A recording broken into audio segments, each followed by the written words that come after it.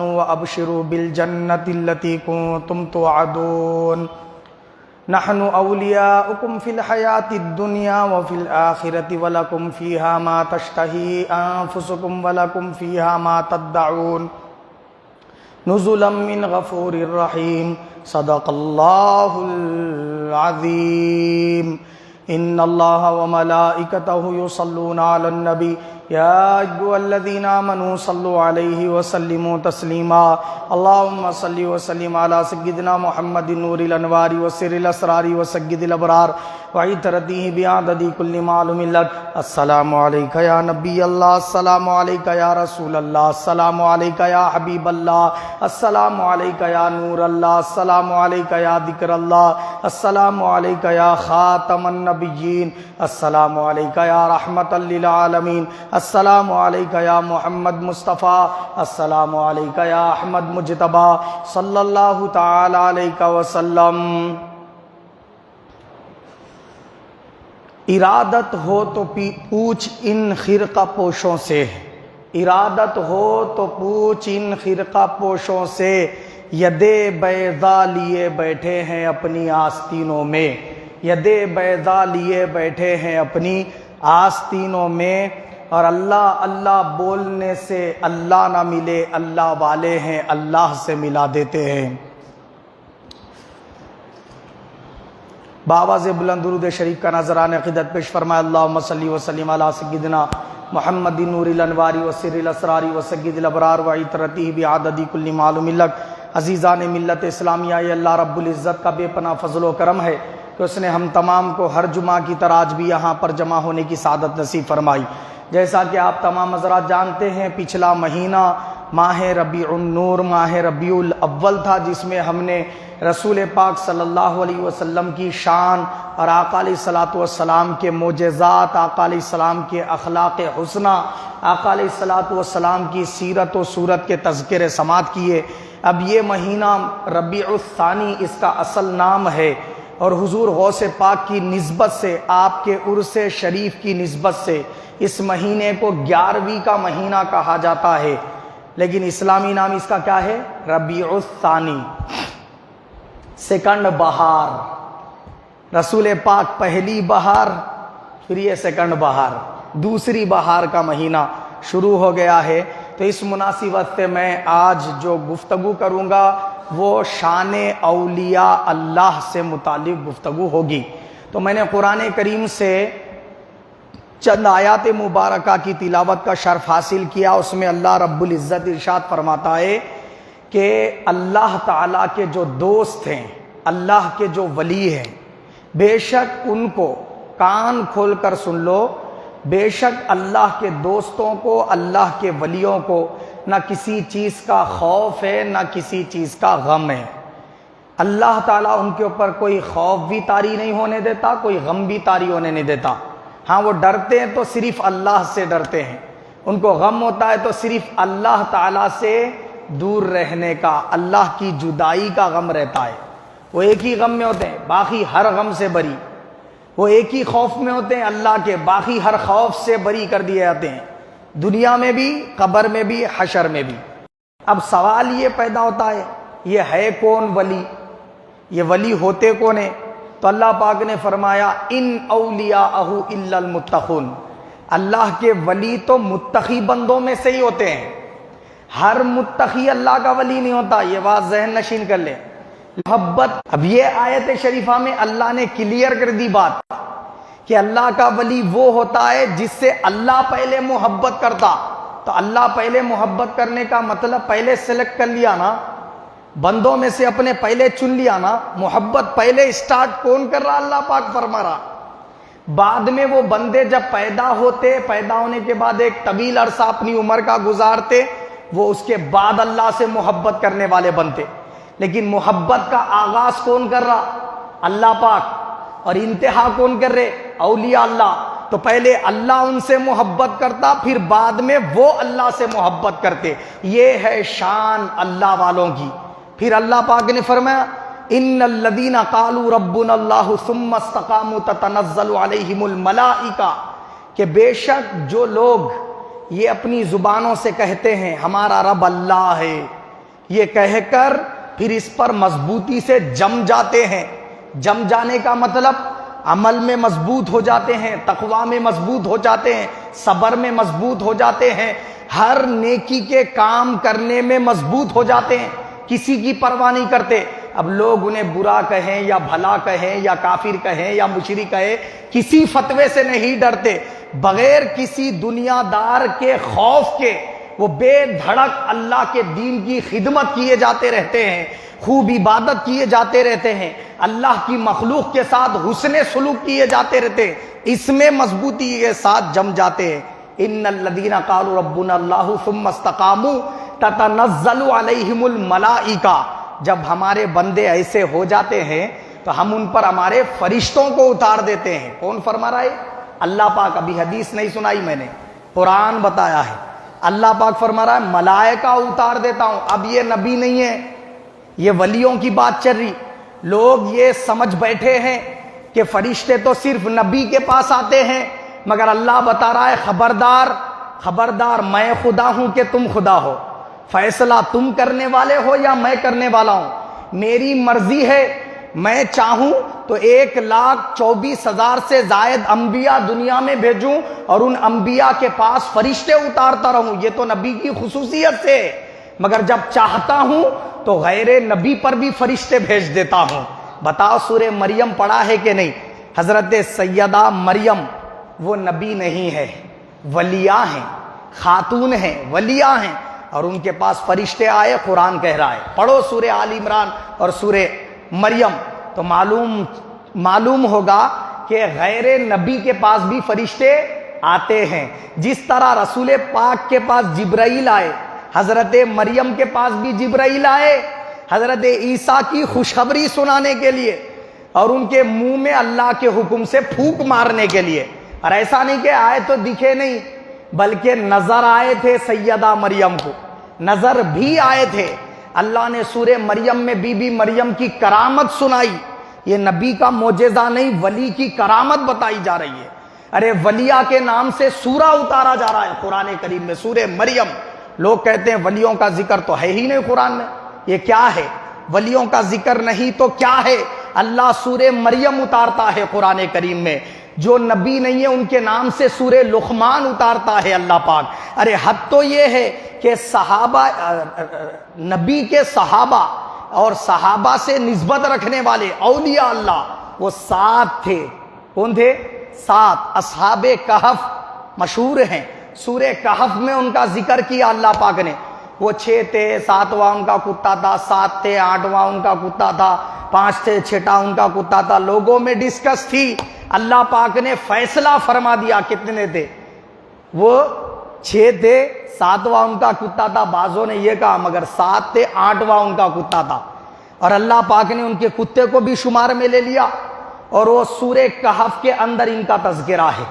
حضرت سکندر ذوالقرنین کا تذکرہ ہے کہ یہ مسلم ایسے بادشاہ وقت تھے جنہوں نے ساری دنیا پر حکومت کی. یہ ولیوں کا ذکر ہو رہا ہے. حضرت سورہ قصص اٹھا کر دیکھیں، موسیٰ کلیم اللہ کے والدہ کا اللہ نے ذکر کیا کہ اللہ نے ان سے بات فرمائی. ارے وہ نبی تھی یا رسول تھی؟ رسول کی امی جان تھی. حضرت موسیٰ کلیم اللہ کی والدہ تھی. اللہ نے ان سے کلام کیا. تو بات آدم علیہ السلام سے چل رہی ہے کہ جو اللہ کا محبوب ہے، نبی ہو کر کے نہیں. نبی تو وہ ہے جس کو اللہ تعالیٰ اپنے فضل سے بنا دیتا ہے، مگر ولی کون ہوتا ہے؟ ولی وہ ہوتا ہے جو نبی کے طریقے پہ چل کر اللہ کا پیارا ہوتا ہے، نبی کے طریقے، نبی کی سیرت کو اپنا کر اللہ کا محبوب بنتا ہے. اس کو ولی بولتے ہیں. نبی اور ولی میں فرق سمجھ میں آنا. نبی کسی کی اطاعت نہیں کرتا، اللہ کا جو حکم ہوتا ہے وہی بندوں کو پہنچاتا ہے، بس اسی کی پیروی کرتا ہے. وہ نبی ہوتا ہے. لیکن ولی کون ہوتا ہے؟ ولی وہ ہوتا ہے جو اللہ کا محبوب بننے میں نبی کا محتاج ہوتا ہے. نبی سنٹر میں نہ ہو تو اللہ کا پیارا نہیں بن سکتا ہو. وہ جو کچھ بھی لیتا ہے نبی سے لیتا ہے. سمجھ رہے آپ؟ خدا نبی کو دیتا ہے اور وہ نبی کیا کرتا ہے؟ ولی کو دیتا ہے. اور ولی اللہ کے بندوں میں تقسیم کرتا ہے. میں اس پر حدیثیں پیش کروں گا انشاءاللہ تعالی. ابھی مختصر یہ کہ اللہ نے فرمایا فرشتے اترے. سورہ مریم میں فرمایا مریم سے جبرائیل آ کر گفتگو کرے. سورہ قصص میں فرمایا حضرت موسیٰ کلیم اللہ کی والدہ نے اللہ سے گفتگو کی. ارے حد تو یہ ہے کہ اللہ رب العزت نے شہد کی مکھی کا ذکر فرمایا, سورہ نحل نازل فرما دی. سورہ نحل شہد کی مکھی کا ذکر ہے اس میں, اور فرمایا ہم نے مکھی پر وحی بھیجی. ارے ہم نے سنا نبی پر وحی ہوتی ہے, کا مطلب اللہ بات کیا تو اللہ نے چاہا تو اللہ کے لیے کوئی پابندی نہیں ہے کہ صرف نبی پر وحی بھیجے. مرضی ہے اس کی, خدا ہے, وہ کائنات کا خالق و مالک ہے, جس پر چاہے وحی کر دے.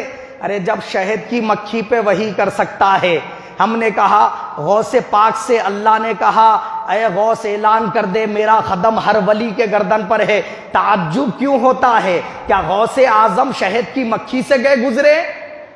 نعوذ باللہ من ذالک, ہرگز نہیں. کیا انسان مکھی سے افضل نہیں؟ اشرف المخلوقات نہیں ہے؟ نہیں. اللہ پاک نے کہیں قرآن میں نہیں فرمایا شہد کی مکھی کو ہم نے بہترین صورت پہ بنایا, مگر سورہ 3 میں فرمایا لقد خلقنا الانسان فی احسن تقویم. انسان کو ہم نے بڑی پیاری صورت ہو, حافظ قرآن بھی ہو, اپنے وقت کا مفتی اعظم بھی ہو, حنفی بھی مفتی ہو, حنبلی بھی مفتی ہو, اور جو پیدائش سے پہلے ہی چنا جا چکا ہو, اللہ کی بارگاہ میں ذرا سوچئے اس کا مقام اور مرتبہ کیا ہوگا. اور جو آل نبی بھی ہو, حسن اور حسین علیہم السلام کی اولاد میں سے ہو, امام حسن امام حسین کی اولاد میں سے ہو, نجیب الطرفین سید زادہ ہو, اس کا مقام و مرتبہ کیا ہوگا. جس پہ ساری امت محمدیہ نماز میں درود پڑھ رہی ہے, اللہم صلی علی محمد وعلی آل محمد. ذرا سوچئے اس کا مقام و مرتبہ کیا ہوگا. ہم اسے لفظوں میں بیان نہیں کر سکتے, میں شان اولیاء پہ بیان کر رہا ہوں.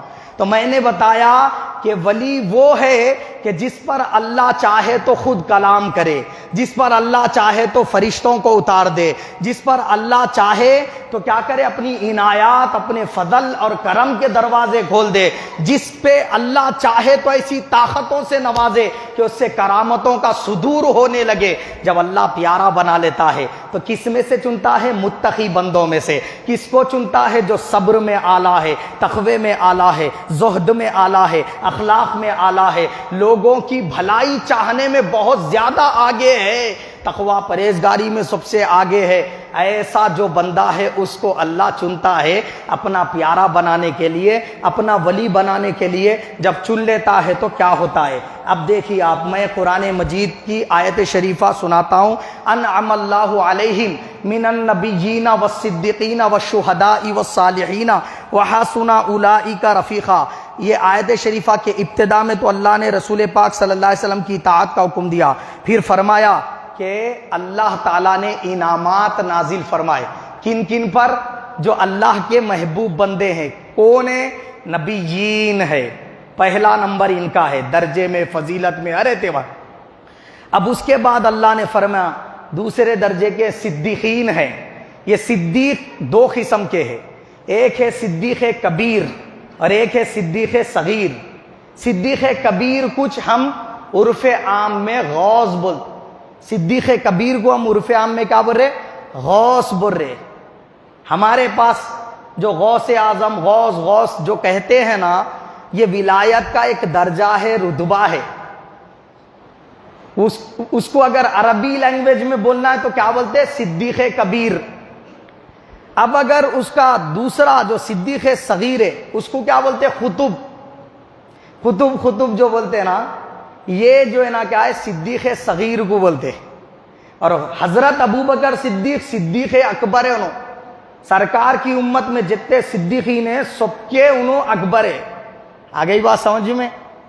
اب غوث اعظم کو غوث اعظم کیوں کہتے ہیں؟ یہ جتنے آپ کے زمانے سے لے کر قیامت تک حضور کی امت میں غوث اور خطب پیدا ہوں گے نا, اور جتنے ابدال, اوتاد, اولیاء افراد پیدا ہوں گے نا, یہ جتنے اولیاء نجبا نقبا پیدا ہوں گے نا, ان سب کے بادشاہ ہے غوث پاک. اس لیے غوث اعظم کہا جاتا ہوں. غوث اعظم کے معنی بعض جاہل قسم کے لوگوں نے کیے, بڑی مدد کرنے والے. بڑی مدد کرنے والے کو غوث اعظم تمہارے پاس بول لیتے ہوں گے, ہمارے پاس ولیوں کے بادشاہ کو بولتے غوث اعظم. آ گیا سمجھ میں؟ تو وہ اصل میں قرآن کی روح سے دیکھا جائے تو کیا ہے؟ وہ صدیق کبیر اور صدیق صغیر، قطب اور غوث برس. اب دوسرے پھر آگے اللہ نے فرمایا انعم اللہ علیہم من النبیین والصدیقین والشہداء. شہداء بھی رسول پاک صلی اللہ علیہ وسلم کی امت کے اولیاء اللہ میں سے، یہ بھی ایک طبقہ ہے ولایت کا. پھر فرمایا اللہ پاک نے والصالحین. کیا فرمایا؟ صالحیت. یہ بھی ولایت کا ایک درجہ ہے. یہاں سے اسٹارٹ ہوتی ولایت، صالحیت، پھر اس کے بعد شہداء، صالحین کے بعد شہداء، شہداء کے بعد صدیق صغیر، اس کے بعد صدیق کبیر. یہ ہے نبوت کے بعد ولایت کے درجے قرآن کی روح سے. اب ہم یہاں پر قرآن میں دیکھیں گے تو ابدال کا ذکر نہیں ملے گا، نجبا کا ذکر نہیں ملے گا.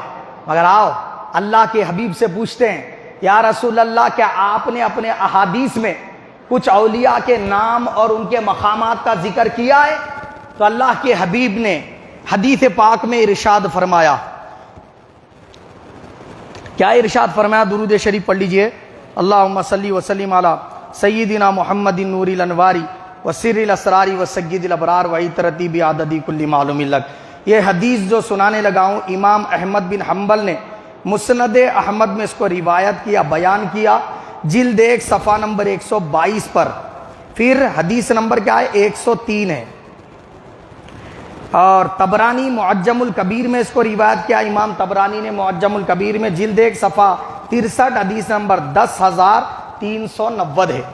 اب حدیث حضرت شریح بن عبید رضی اللہ عنہ بیان کرتے ہیں علی ابن ابی طالب رضی اللہ عنہ کے یہاں اہل شام کا ذکر کیا گیا، شام کے لوگوں کا ذکر کیا گیا جبکہ وہ عراق میں تھے. کون؟ حضرت علی. حضرت علی کہاں تھے؟ عراق میں. تو عراق میں حضرت علی کے پاس اہل شام کا ذکر کیا گیا تو حضرت علی مرتضیٰ شیر خدا رضی اللہ تعالیٰ عنہ سے اہل عراق نے کہا اے امیر المؤمنین، آپ نے کہا ہے اہل شام کو برا بھلا مت کہو، تو کیوں نہ کہیں؟ ان پر لعنت کیوں نہ بھیجیں؟ تو آپ نے کہا میں نے رسول پاک صلی اللہ علیہ وسلم سے سنا ہے کہ حضور نے فرمایا کہ ملک شام کے سارے لوگوں کو لعنت مت کرو، سارے لوگوں کو برا بھلا مت بولو، اس لیے کہ وہاں ابدال ہوتے ہیں. بولے سرکار کیا بولے؟ رسول پاک وہاں پر ابدال ہوتے ہیں. تو رسول پاک صلی اللہ علیہ وسلم نے فرمایا وہ ابدال 40 ہیں. بولے کتنے ہیں؟ 40 افراد پر مشتمل ٹولی ہے وہ جنہیں ابدال کہا جاتا ہے. اور جب کوئی ان میں سے ایک انتقال کرتا ہے تو اللہ تعالیٰ اس کی جگہ پہ دوسرے بندے کو منتخب فرما لیتا ہے.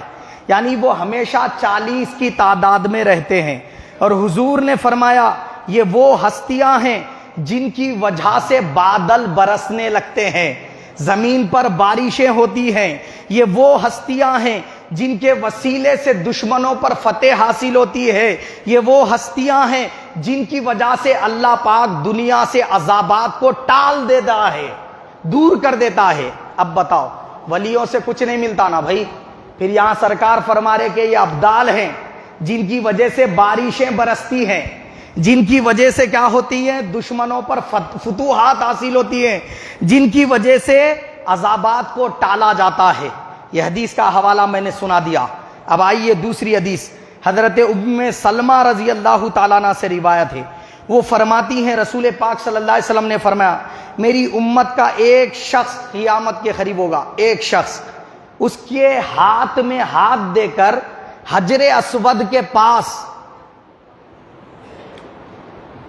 313 افراد جو غزوہ بدر میں شرکت کریں نہیں، 313 صحابہ ان کے مانند بیعت کریں گے، ان سے مرید ہوں گے. کس سے مرید ہوں گے؟ ایک شخص سے. کون ہے وہ؟ امام مہدی ہے. یہ حدیث کی شرح میں محدثین نے کہا وہ امام مہدی ہے جو قرب قیامت تشریف لائیں گے. بعد ازاں اس امام کے پاس عراق کے اولیاء ہوں گے اور فرمایا سرکار نے ملک شام کے سارے ابدال اس کے مرید بنیں گے. تو یہاں پر عراق کے اولیاء کا بھی ذکر کیا سرکار نے اور یہاں پر ذکر کیا ملک شام کے ابدال کا بھی. بات گوشے گزار ہوئی. یہ حدیث امام حاکم نے روایت کی. امام حاکم نے مستدرک میں جلد 4 صفحہ نمبر 478 حدیث نمبر 8328 ہے. پھر اسی طرح عبداللہ بن زریر غافقی رضی اللہ عنہ سے روایت ہے. انہوں نے حضرت علی رضی اللہ تعالیٰ عنہ کو فرماتے ہوئے سنا, مولا علی نے فرمایا تم تمام اہل شام کو گالی مت دو, اس لیے کہ ملک شام کے اندر ابدال کے رہنے کا مرکز ہے. بولے تو تم جب پورے شام کے لوگوں کو گالی دو گے تو انہیں بھی گالی لگے گی, اس لیے تم انہیں پورے ملک شام کے لوگوں کو گالی مت دو, بلکہ جو ظالم ہے ان کو گالی دو, ان پر لعنت کرو, ان کو برا بھلا بولو. جو ظالم ہیں ان کو بولو نام لے کے, لیکن وہاں کے پورے ملک شام کے لوگ ایسی رہتے مت بولو, ان کو برا بھلا مت کہو, کیونکہ وہاں ابدال ہوتے ہیں. کتنے حدیثیں ہو گئی؟ 3 حدیثیں ہو گئی. اب اور ایک حدیث سنیے, اس میں حضور نے فرمایا وہ ابدال کس کو اللہ بناتا, وہ یہ حدیث میں بیان کیا. عبداللہ ابن مسعود رضی اللہ عنہ فرماتے ہیں رسول پاک صلی اللہ علیہ وسلم نے ارشاد فرمایا میری امت میں ہمیشہ 40 آدمی رہیں گے جن کے دل ابراہیم علیہ السلام کے دل کی طرح ہیں. کیا بولے سرکار؟ جن کے دل کیسے ہیں؟ ابراہیم علیہ السلام کا جیسا دل ہے نا ویسی کیفیت والا دل ہے ان لوگوں کا. وہ 40 افراد ہمیشہ میری امت میں رہیں گے ہر دور میں. ان کے صدقے سے اللہ زمین کے لوگوں سے عذابات دور کرے گا اور انہیں ابدال کہا جائے گا. پھر حضور نے فرمایا کہ انہوں نے یہ جو رتبہ پایا وہ ابدال نے, یہ مقام جو پایا اللہ کے یہاں, وہ نمازوں کی وجہ سے نہیں پایا. بولے سرکار ہائے ہائے قربان جائیے, نمازوں کی وجہ سے نہیں پایا, روزوں کی وجہ سے نہیں پایا, صدقہ خیرات کے ذریعے نہیں پایا. صحابہ نے عرض کیا آقا پھر کس چیز کے ذریعے پایا اتنا بڑا مقام؟ تو رسول اللہ صلی اللہ علیہ وسلم نے فرمایا یہ مقام و مرتبہ انہوں نے جو پایا نا ان کے دل کی سخاوت کی وجہ سے پایا, ان کے دل کی دریا دلی کی وجہ سے پایا. اور پھر مسلمانوں کے لیے جو زیادہ خیر خواہی ان کے دل میں ہے نا, مسلمانوں کا بھلا چاہنے کی کیفیت جو ان کے دل میں ہے نا, یہ کیفیت کی وجہ سے اللہ نے ان کو یہ مقام عطا فرمایا. تو معلوم ہوا نہ نماز کی وجہ سے ابدال بن سکتا ہے, نہ ہی روزوں کی وجہ سے, نہ صدقہ خیرات کی وجہ سے, بلکہ ابدالیت کا درجہ ملتا ہے تو آقا علیہ السلام نے فرمایا مسلمانوں کی خیر خواہی چاہنے کی وجہ سے ملتا ہے اور دل کی دریا دلی کی وجہ سے ملتا ہے. یہ حدیث پاک امام طبرانی نے روایت کی معجم الکبیر میں, جلد نمبر 10 صفحہ نمبر 181 ہے, حدیث نمبر 1039 ہے. پھر اس کو امام ابو نعیم نے فی حلیت الاولیاء میں روایت کیا, امام حیثمی نے مجمع الزوائد میں اس کو روایت کیا ہے. یہ حدیث پاک کی روح سے کیا بات معلوم ہوئی کہ ابدال کس کو اللہ بناتا, یہ بات معلوم ہوئی. اب آگے چلیے, حضرت انس رضی اللہ عنہ بیان کرتے ہیں رسول پاک صلی اللہ علیہ وسلم نے فرمایا زمین کبھی بھی ایسے 40 آدمیوں سے خالی نہیں ہوگی. کیا فرمایا سرکار؟ قیامت سے پہلے زمین کبھی بھی 40 لوگوں سے خالی نہیں رہے گی.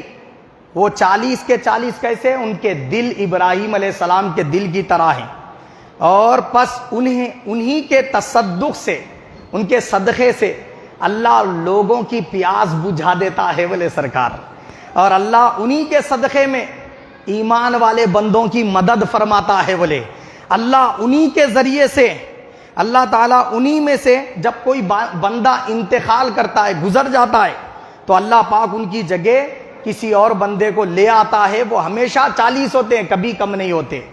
تو یہاں حضور نے کیا فرمایا؟ ایمان والوں کی مدد ان کے صدقے میں ہوتی ہے, ان کی وجہ سے مدد کی جاتی ہے. پھر خاص توجہ طلب بات کیا ہے؟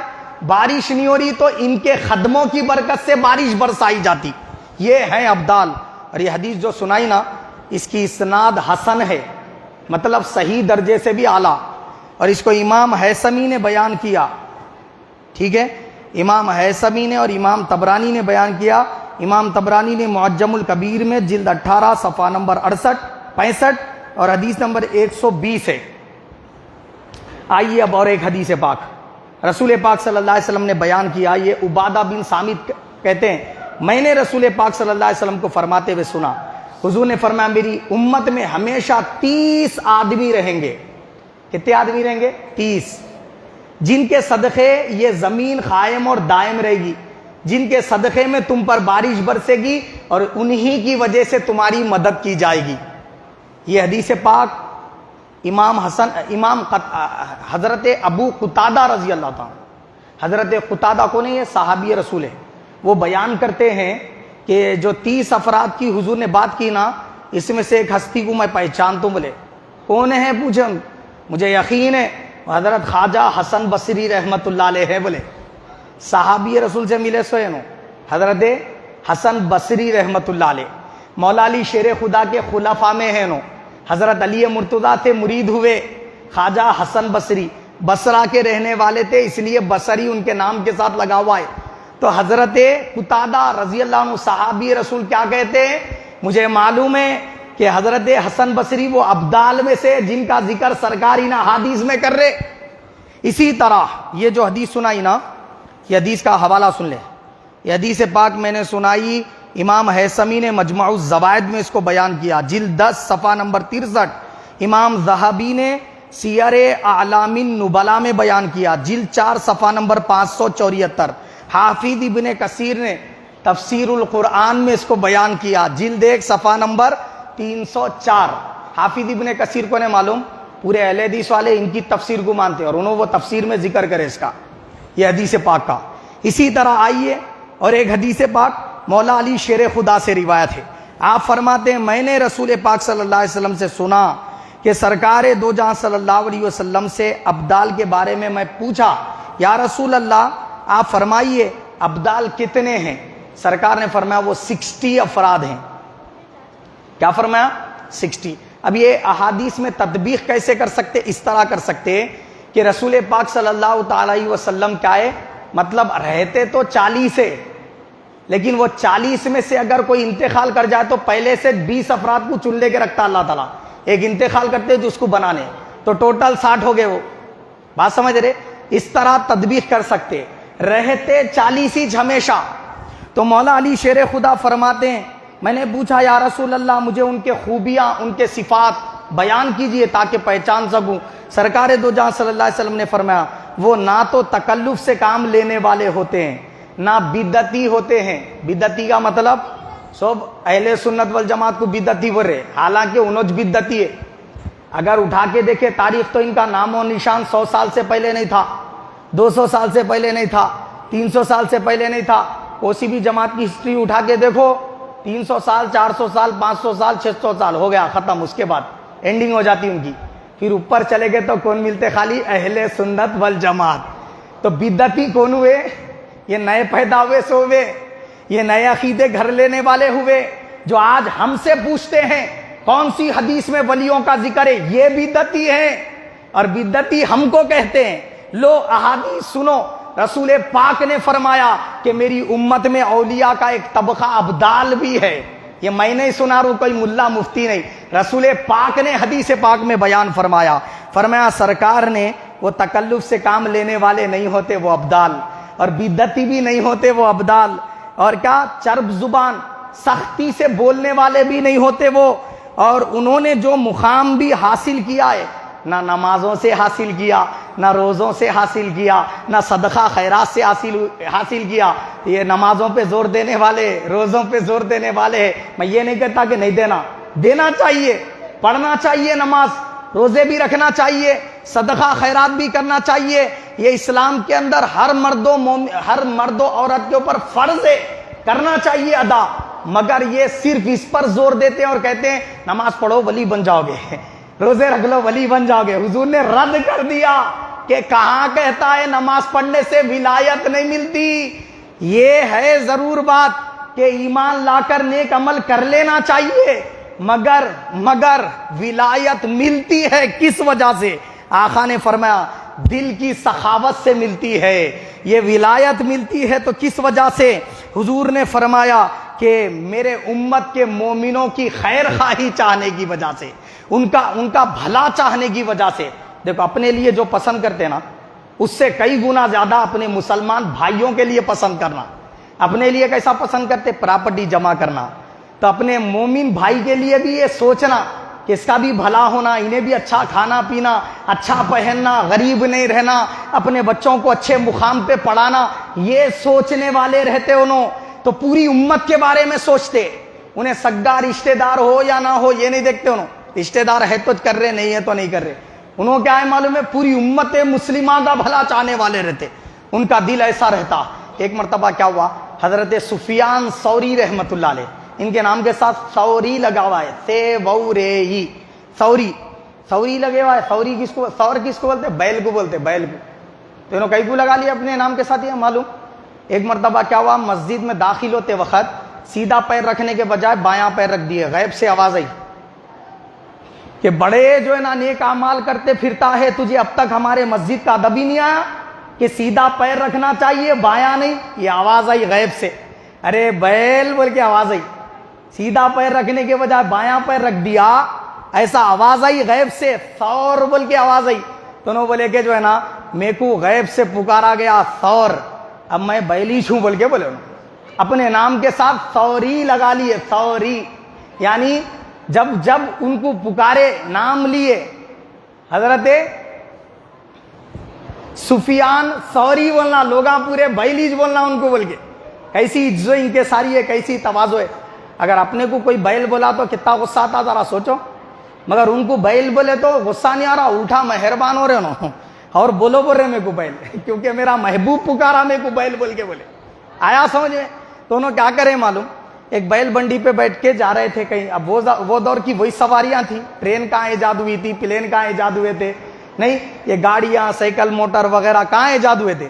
تو اس دور کی وہی اعلیٰ سواریاں تھیں بیل بنڈی. اب اس پہ بیٹھ کے جا رہے تھے, تو جو سامنے بیل بنڈی کو ہانکنے والا شخص ہے, جو کسان بیٹھا ہوا تھا سامنے, اس نے ہنٹر سے بیل کے پیٹھ پہ مارا. مارتے ہی انہوں مارا رہے بول کے جو ہے نا بے ہوش ہو گئے. کون؟ حضرت سفیان ثوری بے ہوش ہو گئے.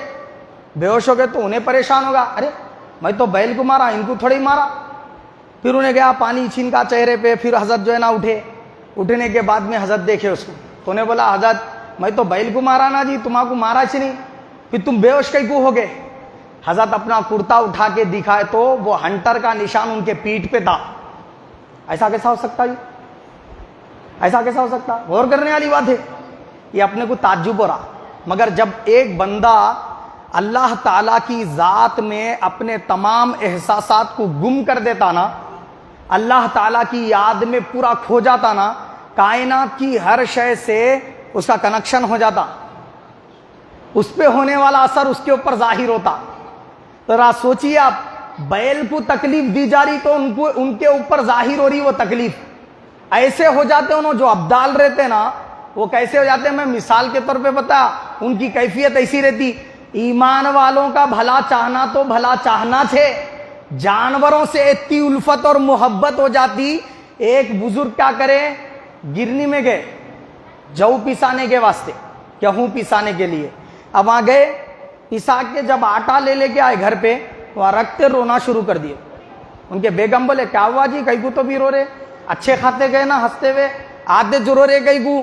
تو انہوں بولے کہ جو ہے نا جب جا رہا تھا نا گیہوں کے ڈبے میں چونٹیاں نہیں تھے, آٹا لے کے آیا تو اس میں سے چونٹیاں نہیں کر رہے. اس کا مطلب وہ آٹے کے گرنی کے جو چونٹیاں تھے نا اس میں چڑھ گئے تھے ڈبے میں, اور میں ان کو ان کے خاندان والوں سے بچھڑا کے میرے گھر میں لے کے آ گیا, اور انہوں یہاں اتر کے اب بچھڑ گئے, ادھر ادھر پھر رہے. اب میں ان کو پکڑ کے لے جا کے چھوڑ کے تو نہیں آ سکتا ہوں, اس بات پہ کہیں اللہ میری گرفت نہ کر لے بول کے رو رہوں. بولے کیسا احساس ہے, ذرا سوچیے آپ. ہم تو ایسے کتنے چونٹیوں کو مسل کے پھینک دیتے, کتنے مچھروں کو مار دیتے ہے نہیں, مگر اللہ والے کی کیفیت کیسی رہتی. تو اللہ کے رسول فرما رہے, جس بندے کے دل کی ایسی کیفیت ہو جاتی, انہیں مومنین تو مومنین مچھروں کا خیال کر لیتا, چونٹیوں کا خیال کر لیتا, جانوروں کا خیال کر لیتا, تو اللہ رب العزت اس کو یہ مقام ولایت عطا فرماتا, اسے ابدال بنا دیتا, وہ 40 افراد میں شامل کر لیتا جن کی وجہ سے آسمان سے بارش نازل کی جاتی, جن کی وجہ سے لوگوں کی مدد کی جاتی, جن کی وجہ سے عذابات ٹال دیے جاتے. یہ آقا علیہ السلام نے فرمایا. یہ حدیث جو سنائی نا ابن ابی دنیا میں فی الاولیاء میں بیان کیا اس کو، ابن ابی دنیا نے فی الاولیاء میں بیان کیا، جلد 1 صفحہ نمبر 12 پر، اور حدیث نمبر 8 ہے یہ۔ اسی طرح مولا علی شیر خدا رضی اللہ تعالیٰ عنہ نے ارشاد فرمایا کہ لعنت مت بھیجو ملک شام پر، اس لیے کہ وہاں اولیاء اللہ رہتے ہیں جنہیں ابدال کہا جاتا ہے۔ یہ حدیث بھی امام احمد بن حنبل نے روایت کی۔ ابو قلابہ رضی اللہ عنہ سے روایت ہے، فرماتے ہیں حضور اکرم صلی اللہ علیہ وسلم نے فرمایا میری امت میں ہمیشہ کچھ لوگ ایسے ہیں جو ہمیشہ ساتھ رہتے ہیں۔ اب یہ دوسرے ولیوں کا ذکر آ رہا، کتنے رہتے ان لوگ؟ 7 رہتے، 7۔ وہ پہلے والے ابدال تھے، وہ ابدال کتنے تھے؟ 40۔ اب یہاں حضور فرما رہے یہ 7 رہتے، اور ایسے رہتے ہیں جب کبھی اللہ سے وہ کچھ مانگتے ہیں نا، اللہ انہیں عطا کر دیتا ہے، کچھ بھی مانگے اللہ عطا کر دیتا ہے۔ حضور نے فرمایا انہی کے ذریعے تمہاری مدد ہوتی ہے، اور پھر سرکار نے فرمایا انہی کی وجہ سے بارش برسائی جاتی ہے۔ پھر سرکار نے فرمایا، سرکار دو جہاں صلی اللہ علیہ وسلم کے وہ جو راوی ہے وہ فرماتے میرے خیال میں حضور نے یہ بھی فرمایا انہی کی وجہ سے مصیبتوں کو ٹالا جاتا ہے۔ یہ حدیث ابو داؤد کی ہے، امام ابو داؤد نے اس کو بیان کیا فی المراسیل میں، جلد 1 صفحہ نمبر 236، حدیث نمبر 309۔ امام ابن المبارک نے فی الجہاد میں بیان کیا، جلد 1 صفحہ 153، حدیث نمبر 195۔ اس حدیث سے معلوم ہوا کہ وہ 7 اولیاء کو صوفیاء اکرام اولیاء افراد بولتے۔ کیا بولتے ہو؟ اولیاء افراد۔ یہ اولیاء افراد کی وجہ سے مصیبتیں ٹالی جاتی۔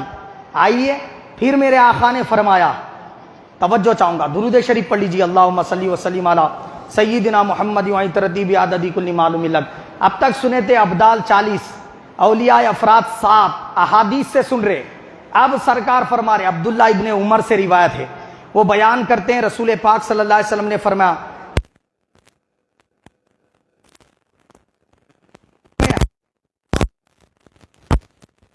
کیا اللہ ہوں گے؟ بولے سرکار کتنے؟ 500۔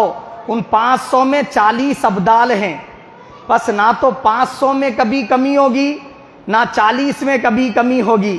سمجھ رہے آپ؟ حضور نے فرمایا ان میں سے ایک بھی مرتا ہے دوسرا پیدا کر دیا جاتا ہے۔ پھر رسول پاک صلی اللہ علیہ وسلم نے فرمایا کہ اللہ رب العزت انہی کی وجہ سے ظالموں کا خاتمہ کرتا ہے، ظلم کو درگزر فرماتا ہے، اور اللہ رب العزت انہی کی وجہ سے مخلوق کو رزق عطا فرماتا ہے۔ کتنے ہوتے ہیں یہ؟ 500 ہوتے ہیں، ہر 100 سال میں 500 ہوتے۔ اب یہاں بات صحابہ کی نہیں کی جا رہی، صحابہ کے دور کے بعد ہر 100 سال کی بات کی جا رہی۔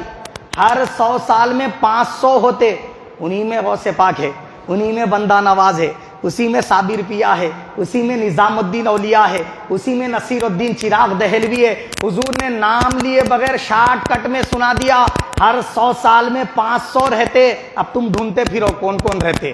سمجھ گئے آپ؟ آگے سنیے آپ، یہ جو حدیث سنائی امام ابو نعیم نے بیان کی اس حدیث پاک کو حلیۃ الاولیاء میں، جلد 1 صفحہ نمبر 8 پر۔ امام دائلمی نے اپنی مسند الفردوس میں بیان کیا، جلد 2 صفحہ نمبر 174 ہے۔ اسی طرح میرے آقا صلی اللہ علیہ وسلم نے ارشاد فرمایا، درود شریف پڑھ لیجیے، اللہم صلی وسلم علی سیدنا محمد وعلی ترتیب عدد کل معلوم لک۔ امام ابن عساکر نے بیان کیا اس کو، اب جو سنانے لگا ہوں، مولا علی شیر خدا بیان کرتے ہیں اسلام کا گنبد کوفہ میں ہے، ہجرت مدینہ منورہ میں ہے، اور اولیاء نجبہ مصر میں ہیں۔ بولے مولا علی شیر خدا کہاں ہیں؟ اولیاء نجبہ مصر میں ہیں، اور اولیاء ابدال شام میں ہیں، تھوڑی تعداد میں ہیں یہ لوگ بول کے فرمائے۔ تو اولیاء نجبہ ان کی وجہ سے دعائیں قبول ہوتی، یہ جس مجلس میں رہتے دعا رد نہیں ہوتی، اولیاء نجبہ ان کو بولا جاتا۔ سمجھ رہے آپ؟ کون روایت کرے؟ مولا علی شیر خدا۔ امام ابن عساکر نے اس کو بیان کیا ہے اپنی تاریخ دمشق الکبیر میں، جلد 1 صفحہ نمبر 256 پر اس کو بیان کیا ہے۔ اسی طرح حضرت قتادہ رضی اللہ تعالیٰ عنہ بیان کرتے ہیں کہ 40 مرد رسول پاک کی امت میں ایسے ہیں جن کی وجہ سے تمہاری مدد ہوتی ہے، رزق دیا جاتا ہے، اور جب کبھی کوئی ان میں سے فوت ہوتا ہے تو دوسرا ان کی جگہ لے لیتا ہے۔ ابو قتادہ حضرت قتادہ رضی اللہ عنہ نے کہا کہ میں جانتا ہوں ان میں سے ایک حسن بصری ہے، یہ اور ایک روایت ہے حدیث پاک کی، اس کو امام ابن عساکر نے بیان کیا ہے تاریخ دمشق الکبیر کے اندر۔ اس طرح ان احادیث کے ذریعے ہم کو معلوم ہوا اولیاء ابدال بھی ہیں، اولیاء افراد بھی ہیں، اولیاء نجبا بھی ہیں۔ یہ قسمیں احادیث پڑھے تو پتہ چلیں گی۔ اب لوگ کہتے ہیں کہ اولیاء اللہ سے کوئی کرامتیں نہیں ہوتی، سرکار کے صحابہ سے نہیں ہوئی، تم غریب النواز کی کرامتیں سناتے ہو۔ لوگ کہتے ہیں کہ حضرت ابوبکر صدیق سے نہیں ہوئی، تم کیا ہے غوث پاک کی کرامتیں سناتے ہو؟ کیا غوث پاک کا رتبہ ابوبکر صدیق سے کم ہے؟ یہ کہتے ہیں کہ نہیں کہتے؟ اب اس پر ہمارا اگلا عنوان ہوگا اولیاء اللہ سے کرامتوں کا صدور۔ اس پر احادیث شریفہ سے انشاءاللہ اگلے جمعہ دلائل دوں گا۔ اللہ پاک سے دعا ہے کہ اللہ تعالیٰ مجھے اور آپ سب کو حق و قبول کرنے، اس پر عمل کرنے کی توفیق عطا فرمائے۔ ہم سب کا خاتمہ